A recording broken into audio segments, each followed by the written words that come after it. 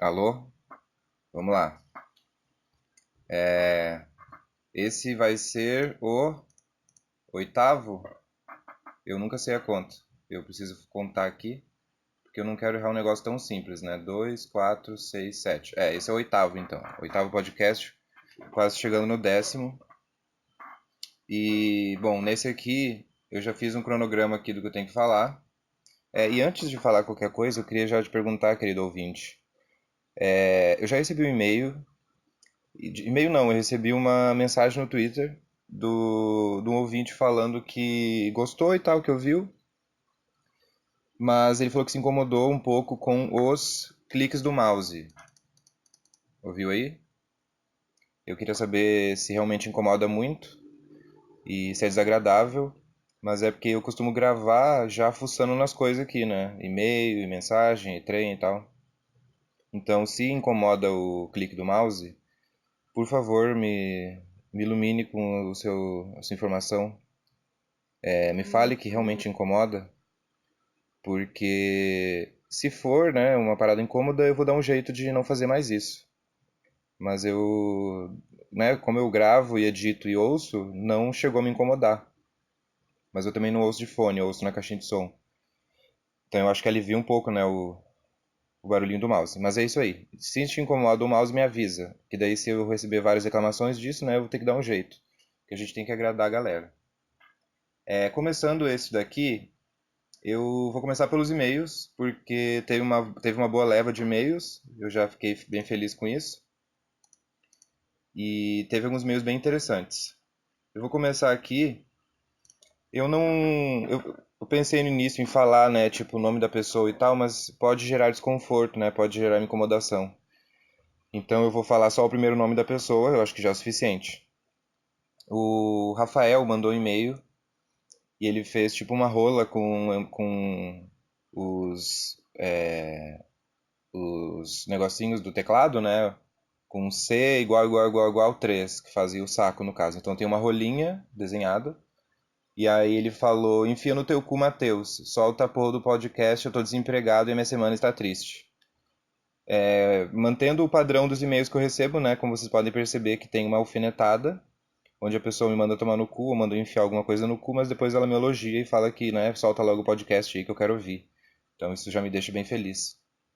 Porque, né, não é só uma ofensa, a pessoa de fato quer ouvir mais e quer mais conteúdo.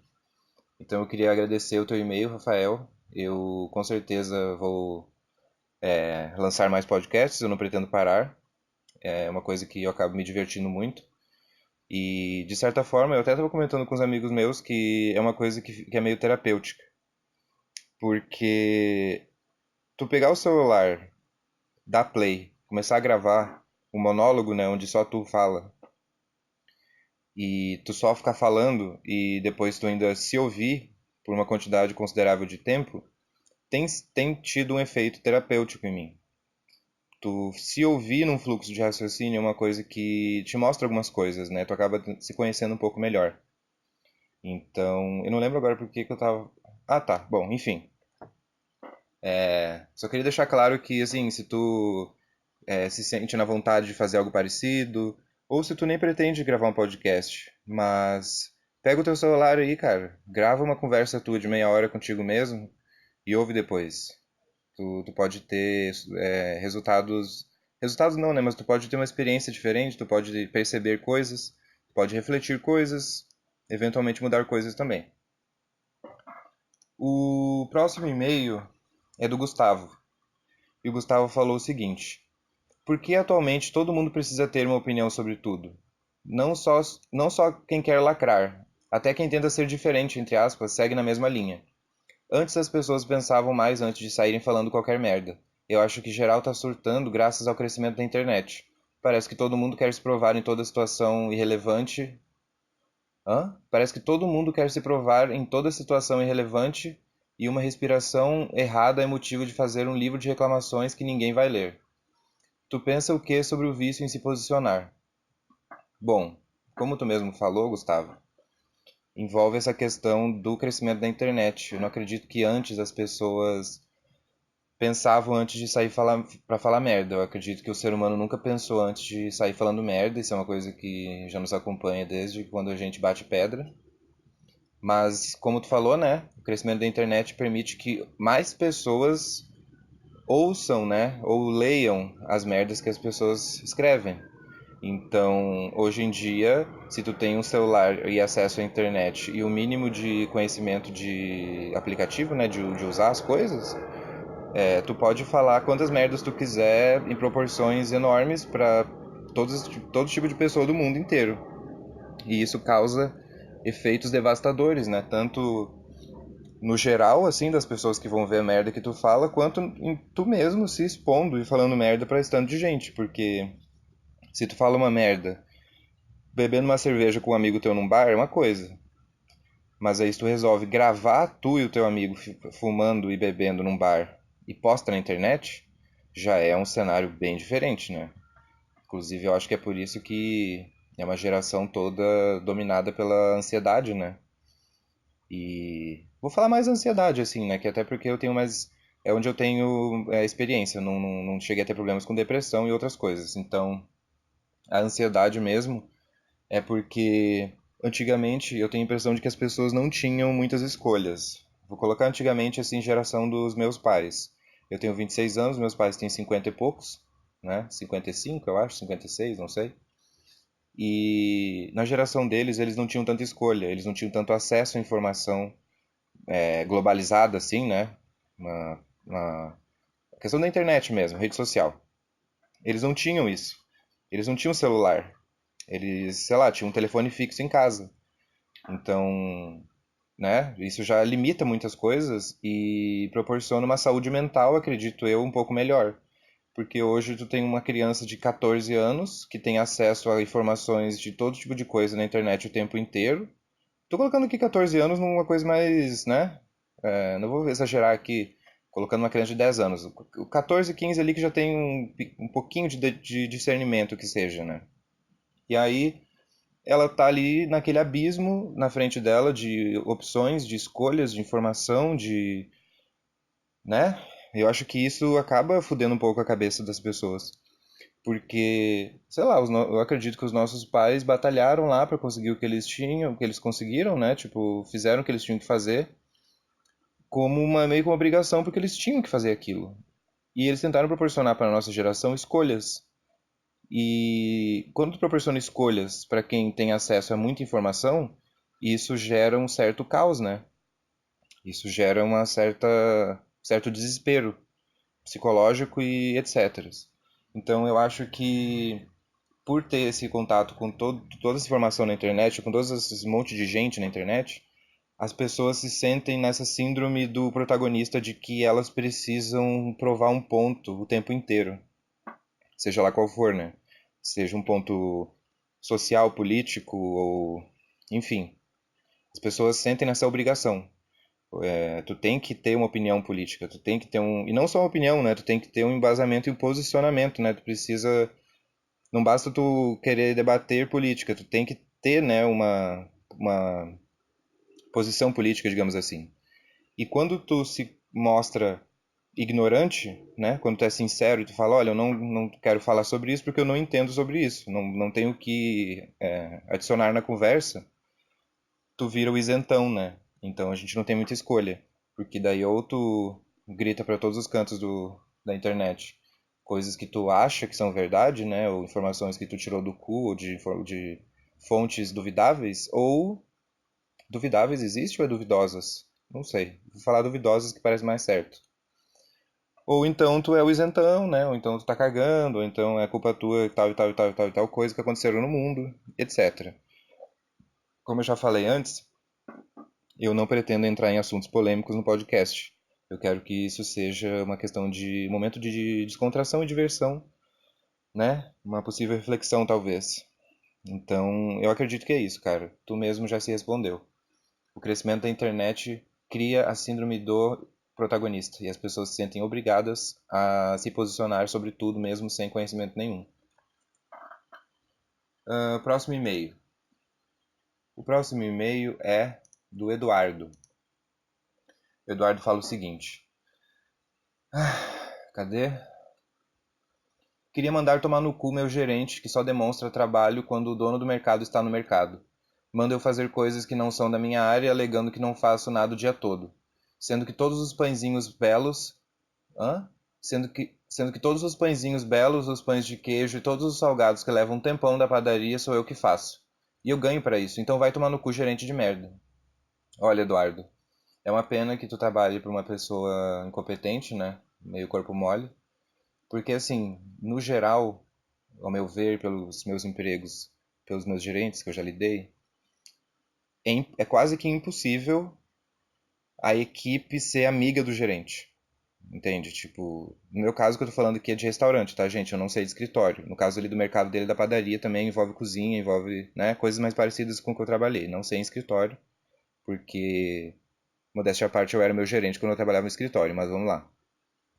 Eu acho muito difícil que os funcionários sejam amigos do gerente, porque o papel do gerente já é inerente a ele ser chato. O trabalho dele é ser chato. O trabalho dele é manter padrão. O trabalho dele é cobrar. Então não é muito difícil. A pessoa tem que ter a lábia, a semântica divina e ser extremamente equilibrada e saber se impor no nível certo para não gerar conflitos.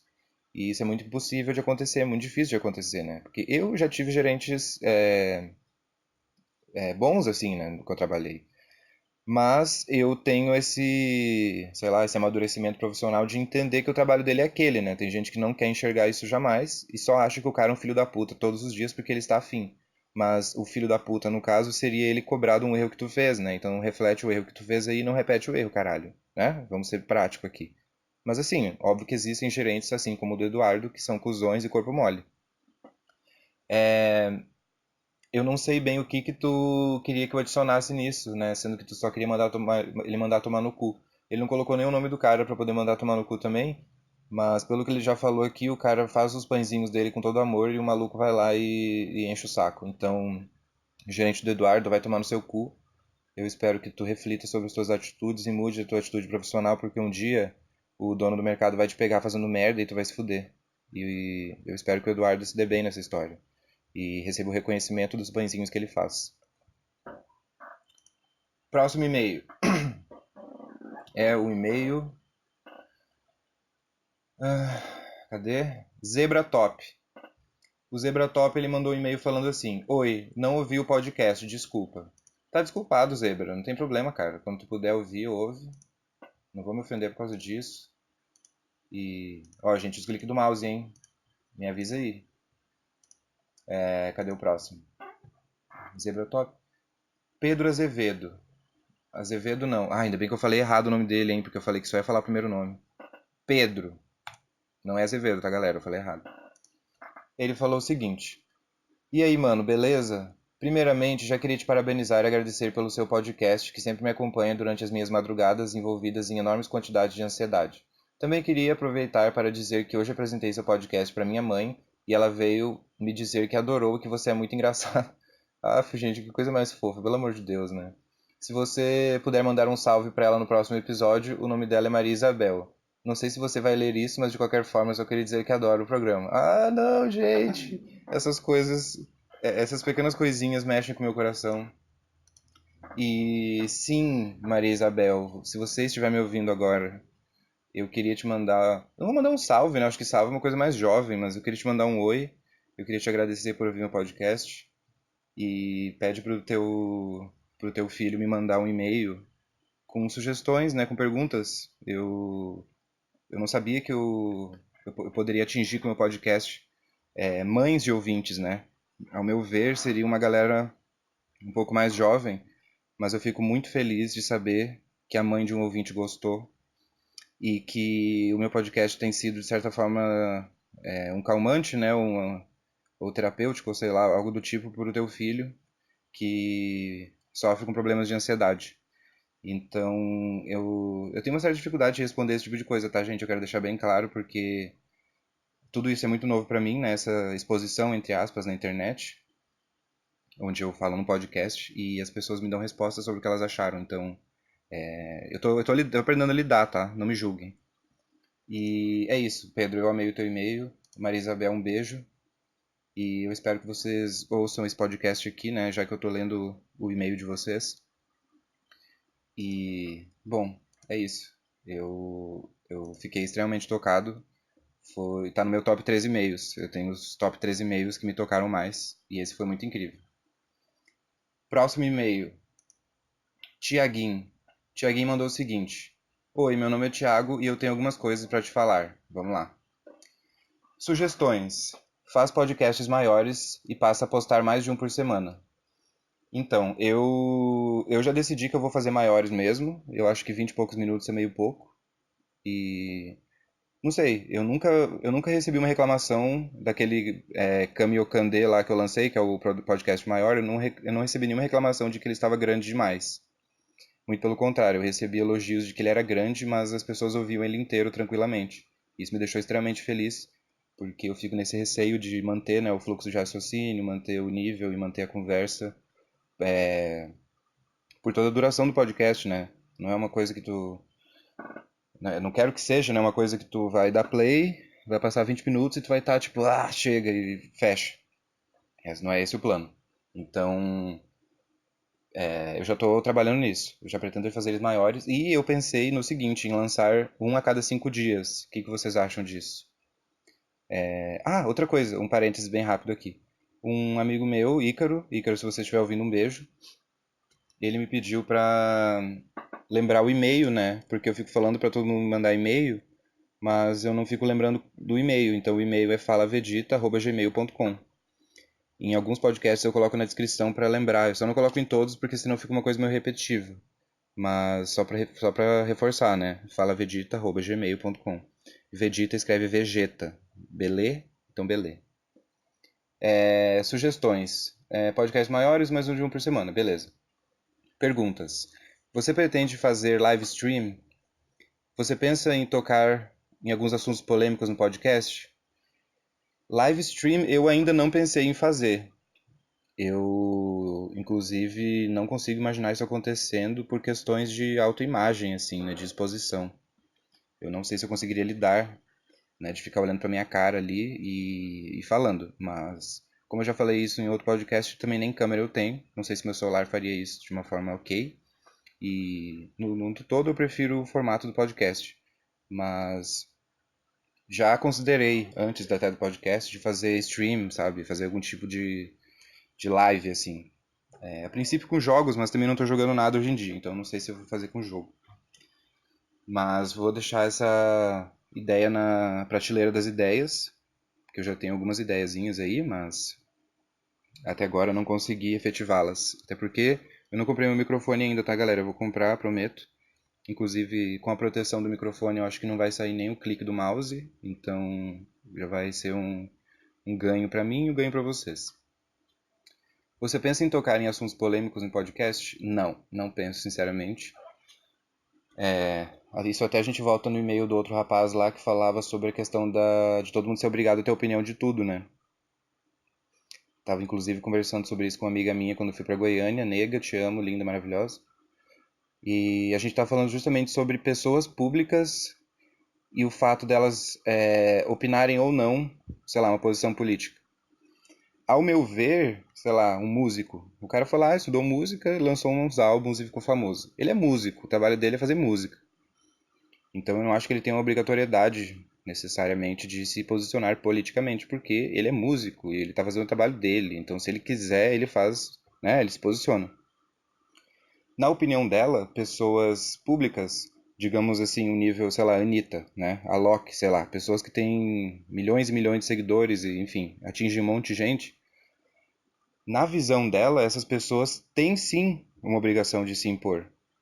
De se impor não, de se posicionar, né? Falar o próprio posicionamento. Justamente por atingir tantas pessoas. Então, como tudo que ela fala, tudo que ela faz é tão polêmico, né, digamos assim, polêmico não, é tão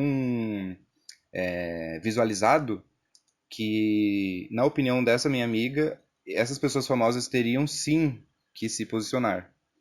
Não consegui chegar numa conclusão, né, porque eu entendi até o lado dela, consigo entender o meu lado também, mas enfim, aqueles, né, que tá se comparando com gente muito famosa. Mas o que eu quero dizer é, Se eu me posiciono politicamente aqui, cara, um monte de gente que me ouve vai deixar de me ouvir, ou então, sei lá, não vai mais me enxergar da mesma maneira, sendo que nem posição política direito eu tenho, sabe? Eu nunca me aprofundei nisso, nunca cheguei a estudar nada, e eu não consigo confiar na maioria das fontes, então eu boto fé que eu teria que estudar teoricamente o bagulho pra te poder falar alguma coisa.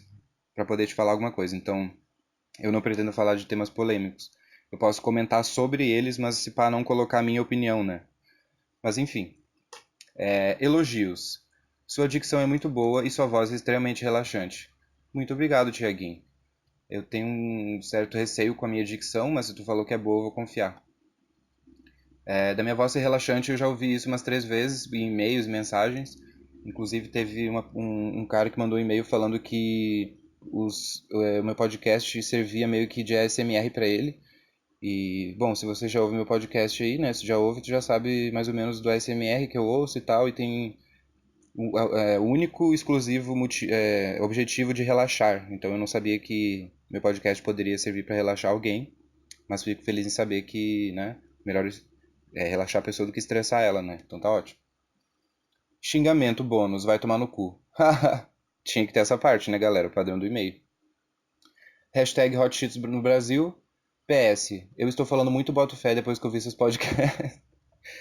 Puta merda, eu tinha até me esquecido desse meu objetivo de mudar o Botafé, né? Esse pau eu já falei vários Botafé agora. Até agora, né? Mas enfim, não estava consciente, me perdoem. Próximo e-mail.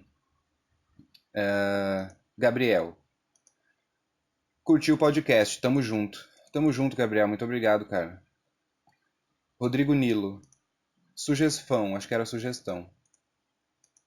Ah, eu falei o nome inteiro dele, né? Bom, espero que não tenha problema. Rodrigo.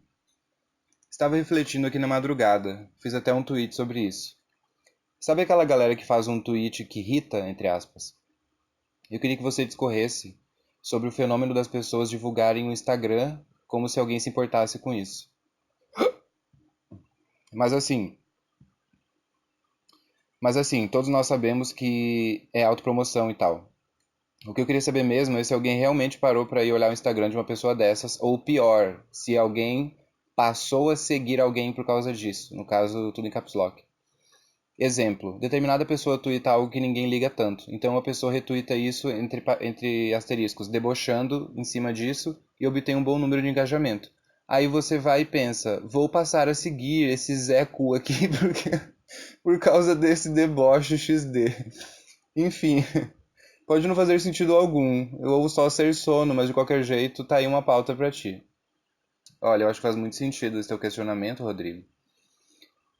Mas assim, fico te perguntando qual que é a grande dúvida, porque na internet a grande maioria das pessoas tem uma necessidade de atenção bem grande, né? Principalmente pessoas que têm muitos seguidores ou que têm muita interação e muita gente em cima o tempo inteiro. É difícil para essas pessoas suprir, né, essa atenção toda que eles recebem todos os dias. Então, na primeira oportunidade que eles acham de se autopromover ou se autodivulgar, eles se divulgam. Especificamente nesse caso que tu colocou aqui, é realmente uma bosta, né? A pessoa twittar um negócio e aí alguém vai lá, zoa a pessoa e depois se autopromove. Mas assim, não fico tão assustado porque é a internet, né? A gente não pode esperar muita coisa da internet, né? Ou pode esperar tudo, não sei. Eu nunca cheguei a divulgar meu Instagram. O que eu fazia era divulgar as minhas montagens que eu fazia de mangá um tempo atrás. Inclusive os perfis estão ativos ainda, por mais que eu não poste. Então, se tu gosta de montagem de mangá, eu recomendo que tu dê uma olhadinha, porque é uma das poucas coisas que eu já fiz na minha vida que eu acho que ficou massa. Chama Crisp de Parma. É o nome daquela finalização de prato mesmo. Eu não tinha ideia alguma do nome que colocar. Foi a primeira coisa que veio na minha cabeça porque eu estava assistindo MasterChef. Então, é uma página de edição de mangá com o nome de um prato, onde tu pega o presunto Parma e aí tu assa ele e ele fica crocante, vira um crisp. E aí tu finaliza o prato com crisp de Parma. Então procura aí, tem no Tumblr, tem no Instagram, tem no Facebook e... que mais? Onde é que tem? Eu acho que é só isso mesmo. Por que eu tava falando? Ah, tá. Porque eu divulgava isso, né? Era uma parada que eu queria voltar a fazer, mas a inspiração acabou não voltando e eu acabei mudando um pouco aí pro podcast, né? Então, não se surpreenda, Rodrigo. A internet pode ser bem pior do que isso que tu imagina. E é basicamente isso, cara. As pessoas querem atenção, querem seguidores, querem interação e querem ser vistas, querem ser reconhecidas, né? A gente já volta também. Olha só, gente, esses e-mails todos conectados num assunto só, porque a gente volta lá no e-mail do guri que falou do Ai, gente, pelo amor de Deus. Como é que é o nome aqui? Sobre as pessoas ter opinião de tudo lá. Eu queria se lembrar o nome do menino, não vou conseguindo achar aqui. Porque as pessoas têm que ter opinião de tudo, né? As pessoas têm que se sentir importantes, elas são protagonistas, elas vão salvar o mundo, etc, etc. Então a pessoa vai lá, faz um post e se autopromove, né? Ah, galera, me segue aí. Muitas pessoas até usam a própria imagem, né? Como no caso, se trabalha com modelo, ou se trabalha com foto. Enfim. Próximo e-mail. Cadê? Marcos. Mano, fala sobre os nomes de comida que são diferentes em cada lugar. Cê é louco, parça. Esses dias tava trocando uma ideia com um amigo meu e ele disse que ia comer pururuca. E tipo, que desgraça é pururuca? Aí ele me manda uma foto da merda de um salgadinho de bacon, cujo nome é salsique. Tipo, eu fiquei caralho, mano. O nome disso não é pururuca, seu retardado imbecil. Vai ler a embalagem. Fui pesquisar no Google, a desgraça de pururuca realmente existe. Só que é um torresmo e tipo, lá eles chamam salgadinho de bacon de pururuca. Nossa, eu tô muito maluco, cê é louco. O cara ficou puto mesmo. Bom, vou te falar o que eu sei sobre especificamente isso aí. A pururuca, até onde eu sei, pururucar é uma técnica onde tu joga óleo fervendo em cima da pele do porco antes de servir. É como se fosse uma finalização do prato. Gente, isso que eu tô falando aqui é 75% chute, tá? Eu lembro de ver isso em alguma coisa. Então, assim, me corrijam se eu estiver errado. Mas até onde eu sei, os caras assam o porco por um tempão. E aí eles pegam óleo fervendo e eles jogam com uma jarra em cima da pele do porco aos pouquinhos. E a gordura começa a pururucar, né? Ela começa a criar aquelas bolhas e inflar, ficar crocante. E fica naquela coisa meio torresmo. Então eu não sei se é correto chamar torresmo de pururuca. É correto falar que o torresmo é pururucado? Não sei também, estou chutando. É o que mais faz sentido pra mim. Porque na minha cabeça, porco a pururuca é essa questão do porco, né, com a pele crocante com óleo. Torresmo é a pele do porco cortada e frita, então eu não sei se é o mesmo princípio. E questão de nome, assim, tu não especificou de onde que o cara é, né, pra gente poder triangular aqui. Mas muitas coisas mudam o nome, né? Tem a canjica, que as pessoas chamam canjica aqui, que é aquele bagulho feito com, que é doce, né, feito com milho, mas parece que no Nordeste tem outro nome, e é um nome de outra coisa que a gente chama. Eu não me lembro direito, sabe? Eu não cheguei a fazer uma pesquisa, eu tô fazendo isso meio em tempo real. Mas é muito comum ter essa mudança de nome. Eu acho que tu pode ir na minha e corrigir o teu amigo e falar que pururucar é outra coisa. Pururucar é uma técnica. Na verdade, eu vou até pesquisar aqui, galera. Eu não vou passar informação falsa, não. Pururuca é um petisco da comida caipira dos estados de Minas Gerais, São Paulo e Paraná, consumido em outras regiões do Brasil. O termo pururuca é de origem tupi e existe referência ao mesmo em o dialeto caipira de Amadeu Tá, beleza. Já erramos aqui então, ó. Porque é um petisco caipira e na foto tem torresmo. Então a gente tem que descobrir agora qual que é a diferença. É um petisco lá lá lá.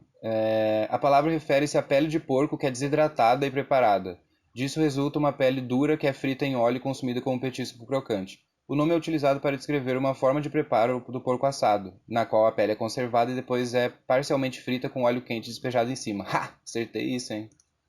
O nome também é utilizado, então na verdade o teu amigo não está errado. Também se chama, né, pururuca. Mas agora eu quero ver aqui pururuca e torresmo, né? Qual que é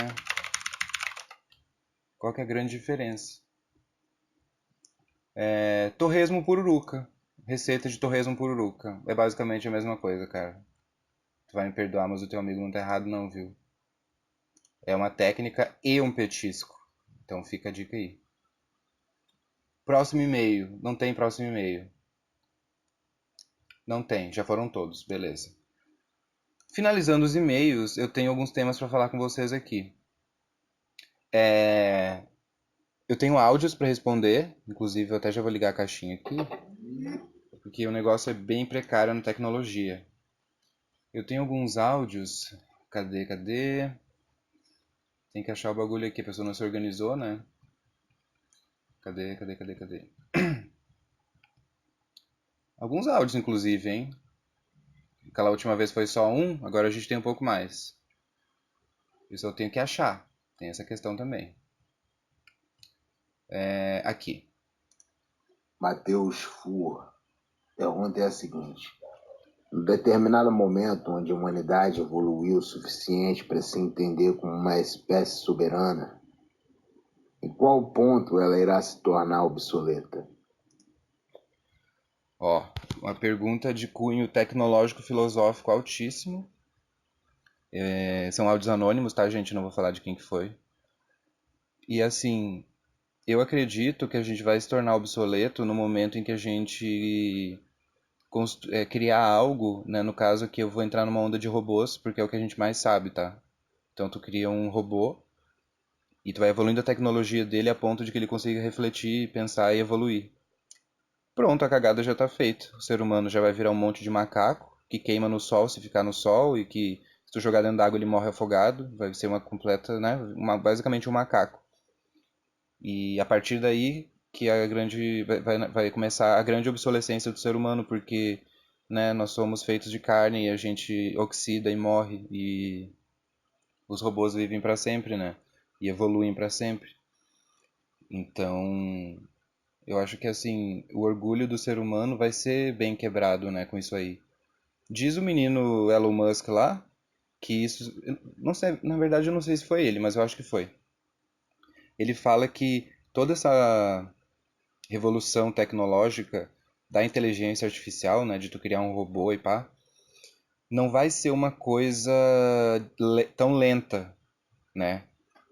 Isso que eu digo do clique, né? De tu fazer conseguir criar consciência dentro do computador. Ele fala que isso vai ser meio que um clique, assim, vai ser de uma hora para outra, porque a partir do momento em que uma máquina consegue ter consciência e ela busca evoluir, ela meio que evolui em velocidades completamente colossais e absurdas. Aí a gente também, né, tem toda uma questão de embasamento moral, né, vontades, desejos e interesses que não sei, né, isso é tudo muito abstrato para mim. Mas de acordo com ele, isso vai ser um clique, vai ser um boom, assim, do nada um monstrinho será criado. Aí se vai ser um Ultron da vida ou se vai ser um robô de boa, eu não sei. A personalidade dos robôs ainda é uma coisa que não foi estudada porque também não existe. Mas eu gosto dessa visão dele, assim, de que não vai ser um processo tão lento, onde as coisas vão gradualmente, assim, tipo, quando conseguir fazer o bagulho, a merda já vai estar feita. O bichão já vai evoluir muito rápido e vai perceber que a gente só atrapalha tudo e o grande humano soberano vai se fuder. Então preparem-se, porque não sei se eu vou estar vivo para ver isso, mas eu acredito que no futuro também a nossa única opção é upar a nossa cabeça para dentro do computador e aí a gente vai meio que viver para sempre. Não pretendo viver para sempre, inclusive se desse para upar minha cabeça no computador para ver como é que é, eu até faria, mas aí eu gostaria de voltar pro meu corpo depois de morrer em paz. Não sei se tu compartilha desse pensamento, né? Me mande um e-mail aí falando o que tu faria se upassem tua cabeça no computador ou se tu gostaria que isso acontecesse. Próximo áudio. Cara, a pergunta é a seguinte: hoje a gente vive numa era onde a autoexpressão ela é muito gritante nas pessoas. As pessoas elas querem se expressar, se autoexpressar a todo momento, seja nas redes sociais, ou seja até mesmo na vida real, tentando postar um pouco mais de conhecimento numa conversa banal, onde todo mundo parece que se sente uma grande estrela de cinema. Onde você acha que nasceu isso no ser humano? Já respondemos essa, né? Talvez tenha sido um erro de continuidade do podcast, mas a gente respondeu essa, tá? Então tu já ouviu a resposta. Próximo áudio. Matheus, pergunta é a seguinte: a fofoca provém de uma situação que foi completamente exercida em nosso meio de vida para nos proteger. Né? Porque logo após a Revolução Agrícola, as pessoas começaram a plantar e para proteger a sua plantinha, elas começaram a falar, ó, quem que é aquela ali? Quem que é aquela lá? Quem que é aquele ali? Quem que é aquela lá? Para poder se entender e não se preocupar com a sua plantinha. Hoje em dia, no que a fofoca é positiva nos dias de hoje? Olha. Vamos lá. Eita porra. Consider- Considerando que a fofoca começou na Revolução Agrícola. Ai, meu Deus. Quais são os pontos positivos da fofoca? Eu não acredito que existam. Mas assim, gente, vamos deixar uma coisa bem clara, né? Eu tô considerando fofoca como algo negativo, né? Porque se eu, sei lá, se eu descubro alguma coisa relacionado ao meu chefe, sei lá, e meu chefe me informa alguma coisa, aí eu vou lá e informo a minha colega de trabalho de que ele falou tal coisa. Eu tô informando ela daquilo, né? Então eu não acho que seja uma fofoca. Sei lá, ele fala: Ah, Matheus, amanhã eu vou aumentar o preço da tapioca. Aí eu falo: Ah, beleza. Aí ele vai embora. Aí passa uns 15 minutos, a minha colega chega e eu falo: Colega, tu viu que o chefe lá vai aumentar a tapioca? Ela fala: Não. Eu falei: Pois é, amanhã ele vai aumentar. Eu basicamente só troquei uma informação com ela, né? Eu não fofoquei com ela. Então eu estou analisando a questão da fofoca como algo negativo. É de eu chegar e falar, nossa, tu ficou sabendo do chefe cuzão lá, e pipipi, popopó, e tal, e não sei o quê. Não vejo lado positivo algum nisso, sinceramente. Mas eu fico imaginando também o tanto que seria perturbador as relações humanas se não houvesse fofoca, né? Porque às vezes na fofoca tu descobre um amigo teu que é um cuzão e tu não sabia. Numa fofoca tu descobre que tu é corno e tu não sabia. Né? Tu pode descobrir um monte de merda por meio de fofocas. Então ela tem esse grande poder destrutivo dela, né? Não tão construtivo, mas destrutivo. Nunca vi fofoca benéfica.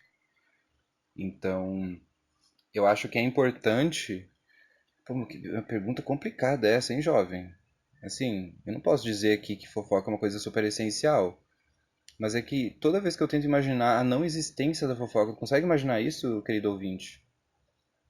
Tu ouve um bagulho sinistro e aí tu pensa, ah, beleza, vou guardar pra mim aqui. Não vou falar pra ninguém isso, né? Porque é uma informação de uma pessoa que não diz respeito a mim. Eu sou uma pessoa educada que não vou compartilhar esse tipo de coisa com ninguém a não ser que eu tenha permissão. Olha só, que iluminação, que, né, amadurecimento incrível da pessoa, coisa que não existe, né? Mas eu realmente não sei colocar um ponto assim nessa história de fofoca ser, qual que é a importância dela, né?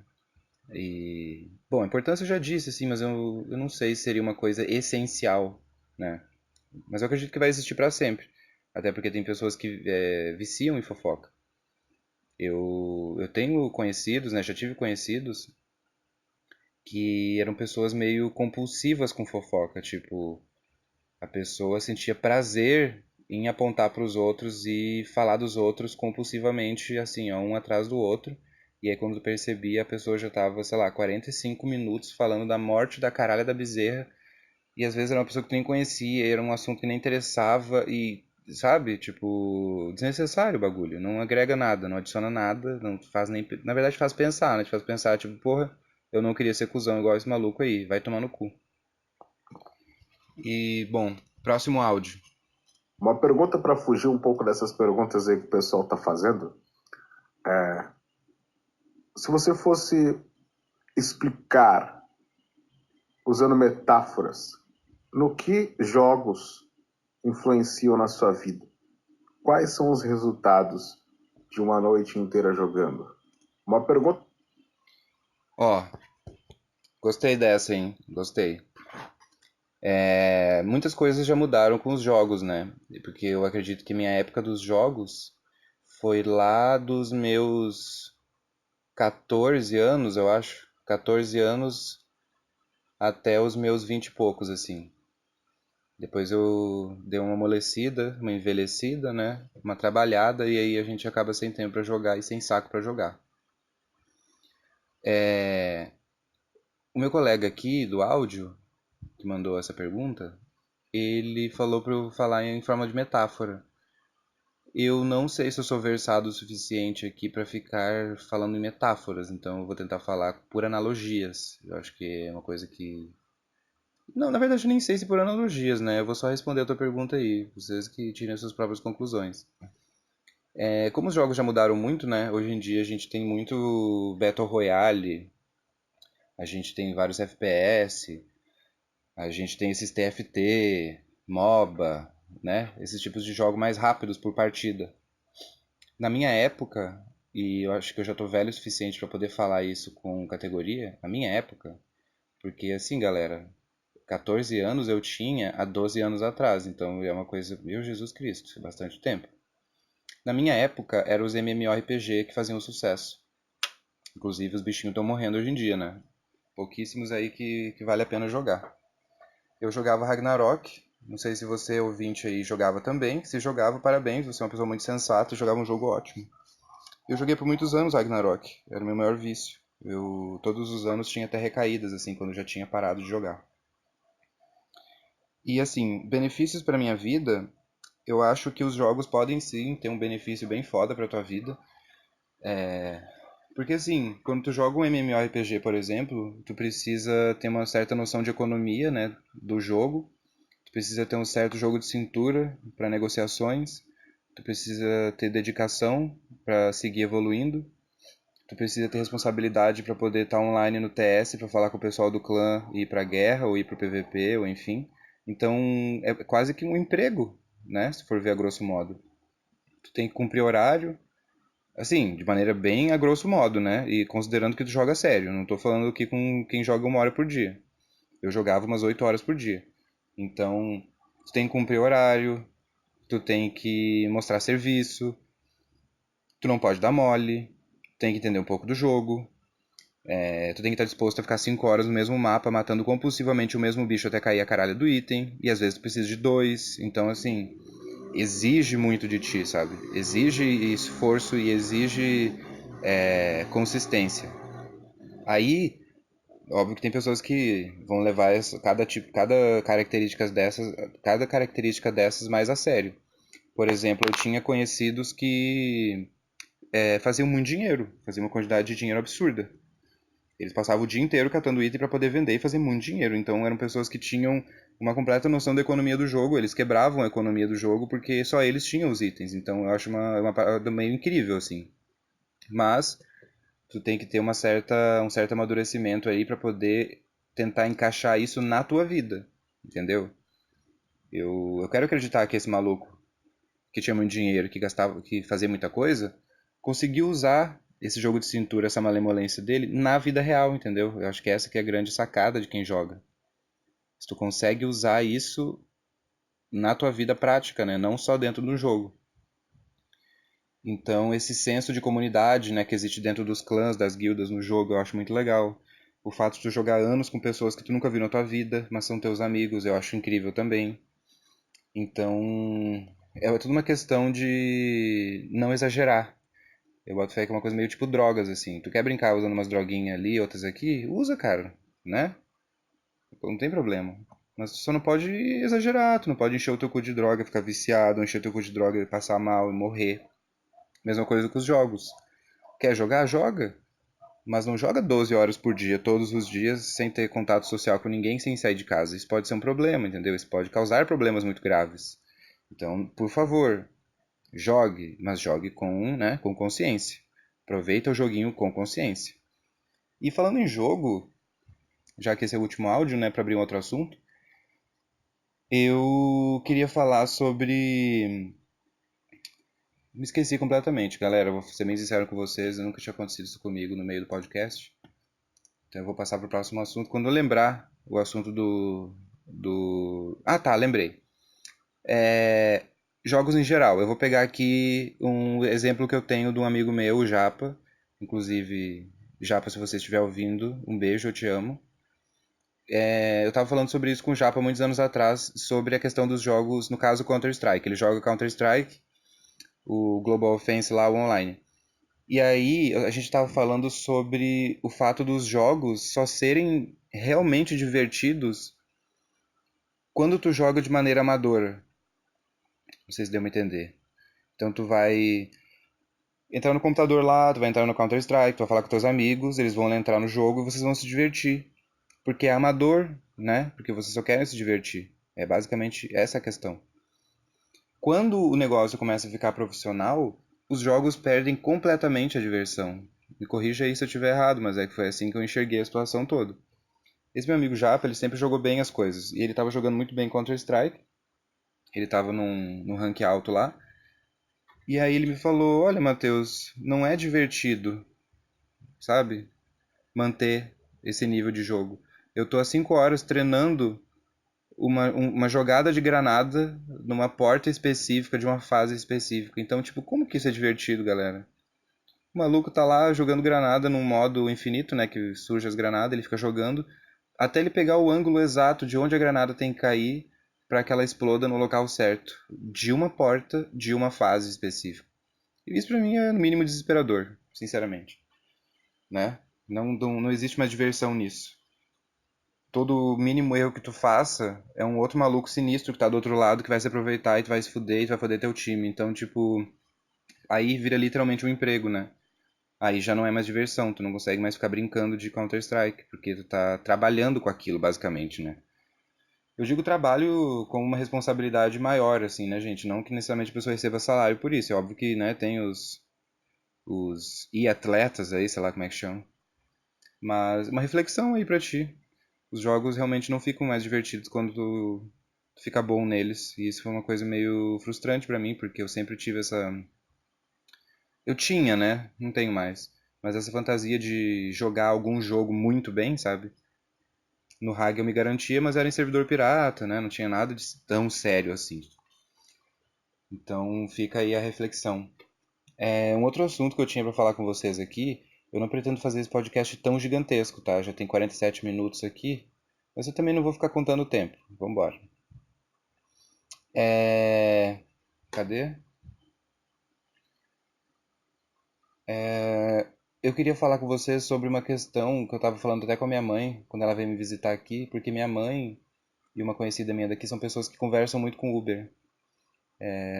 Não sei qual que é a onda, eu não costumo conversar com Uber, eu coloco meu fone, né, e sigo minha vida e dou 5 estrelas, é basicamente isso que eu faço. Não acho que o que eu estou fazendo é errado, não me acho cuzão, não me acho mal educado, tá? Vou deixar isso bem claro aqui, por mais que você esteja achando aí, eu não acho.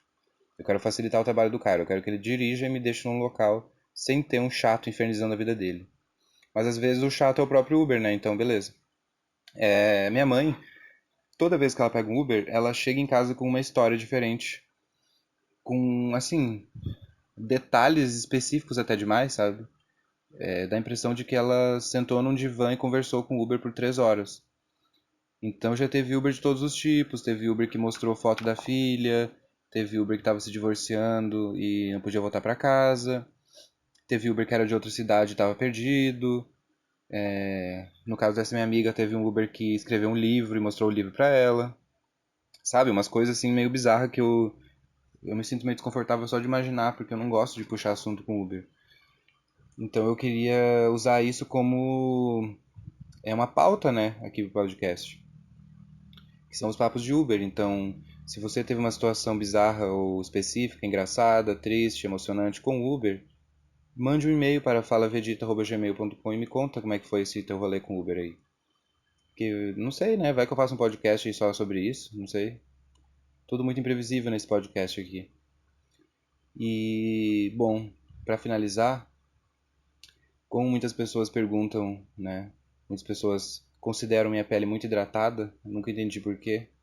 Mas assim, é chuva de pessoas na minha DM perguntando: Matheus, pelo amor de Deus, cara, qual que é o teu skincare? O que que tu faz na tua pele? Como que ela consegue ser tão perfeita? E eu vou revelar o meu segredo pra vocês, galera. Meu segredo é Febo Alfazema Provençal. O cremoso, aquele branco. É só isso. É basicamente o que eu uso. Eu não tenho cabelos, então não uso shampoo também. Febo-alfrazema provençal é o segredo do skincare perfeito. Então para de esfregar café na cara, para de esfregar açúcar na cara, para de esfregar basicamente qualquer coisa que apareça no Instagram na cara. Porque não é bem assim, entendeu? Eu já até fiz um tweet uma vez sobre isso. As pessoas ficam achando que skincare é, cuidados básicos com a pele. Não, cara. Se todo dia tu esfoliar a tua cara, todo dia tu encher de creme a tua cara, não vai ser legal, entendeu? Quando tu não fizer isso, a tua cara vai ficar igual um maracujá. A tua cara vai ficar fodida, porque tu tá tirando as defesas dela, né? Óbvio que muita gente me xingou nesse tweet, né? Ah, passar protetor agora é tirar a defesa da pele. Pô, gente, óbvio que não, né? Passar um protetorzinho não bota fé que não é, tipo skincare. Skincare, imagina aqueles Lomotif, né? Aqueles vídeos lá da galera que esfrega mil coisas na cara todos os dias e tira uma fotinha. Máscara preta, abacate, esfoliação com café e óleo de coco e escambau, enfim. Não tô abrindo uma campanha aqui para que tu pare de fazer isso, mas faça com consciência, entendeu? Porque senão tu vai foder tua pele. Eu tava vendo aí no Twitter, uma menina postou um vídeo e ela passava, olha, no mínimo 6 produtos, de todas as consistências e tipos possíveis. E aí perguntaram pra ela com qual frequência ela fazia aquilo. E ela fazia aquilo toda semana. Eu, sinceramente, não sou dermatologista nem nada, mas eu não acho que isso vai fazer bem pra pele de uma pessoa. Toda semana ela passar, sei lá, 6, 7 produtos na cara. Se eu estiver errado, me corrija aí, né? Não sei se tem algum dermatologista ouvindo meu podcast. Seria meio surpreendente se tivesse. Mas você aí que é o viciado em skincare, me fale. É isso mesmo que eu penso? Estou errado? Estou exagerando? Ou de fato tem um fundamento o que eu tô falando, né? Porque assim como eu tô aqui para te fazer talvez refletir ou rir, né? Eu acredito que eu tenho algo para aprender com vocês também, né? E, bom, para finalizar agora com chave de ouro, eu quero falar sobre uma mensagem que eu recebi no Twitter. Eu também não vou falar o nome aqui, mas ele mandou o seguinte: Maluco, tu é foda. Ouvi teus podcasts e curti demais. KKK. Pelo amor de Deus, não para nunca. E depois ele mandou outra mensagem e falou assim: ouvi por recomendação de um amigo. Nem sou muito de ouvir podcasts, mas o seu sem sombra de dúvidas foi o mais divertido que eu já ouvi. Parabéns de verdade, um coraçãozinho. Novamente, fiquei muito emocionado e principalmente porque ele ouviu por uma indicação de amigo, gente. Não sei se vocês conseguem entender o peso que é isso pra mim, mas não basta um maluco ter indicado pra mãe dele e a mãe dele ter gostado. Isso no caso o outro, tá? É só um exemplo. Ele indicou pra mãe dele e a mãe dele gostou. E pô, foda, saca? Muito foda. Só que aqui ele ouviu por indicação de outro amigo dele, sabe? Tipo, as pessoas estão ouvindo esse podcast e estão falando, porra, eu vou indicar isso pra alguém, sabe? Ou, tu já ouviu tal. Porra, sensacional, velho. Eu não sei nem como lidar com essa informação. Eu às vezes eu dou uma dissociadinha assim, e aí eu levo uns 2 dias pra processar certos tipos de informação. E essa mensagem foi uma dessas, porque eu fiquei, porra, foda, cara. O cara gostou e foi indicação de outra pessoa. Então, muito obrigado pela mensagem, eu fiquei muito emocionado. E essas mensagens só me fazem querer continuar, né, galera? Eu ainda tô chocado porque não me xingaram ainda, mas vamos ver, né? A internet sempre pode nos surpreender, como a gente já aprendeu nesse podcast também. E, bom, não vou fechar uma hora aqui porque uma hora é feio, né? Vou manter o charme dos 50 e poucos minutos. O que vocês acham? Eu já não tô terminando o podcast na hora, né? Já percebam que tem todo um ritmo aí. Eu já falei, então, pra finalizar umas 2 vezes. Então tu já ficou. Tem um mindset aí ligado no. Ah, já vai acabar, já vai acabar. E é isso aí, cara. Eu boto fé que acabou. Ó, boto fé. Mas é isso aí. Acabou.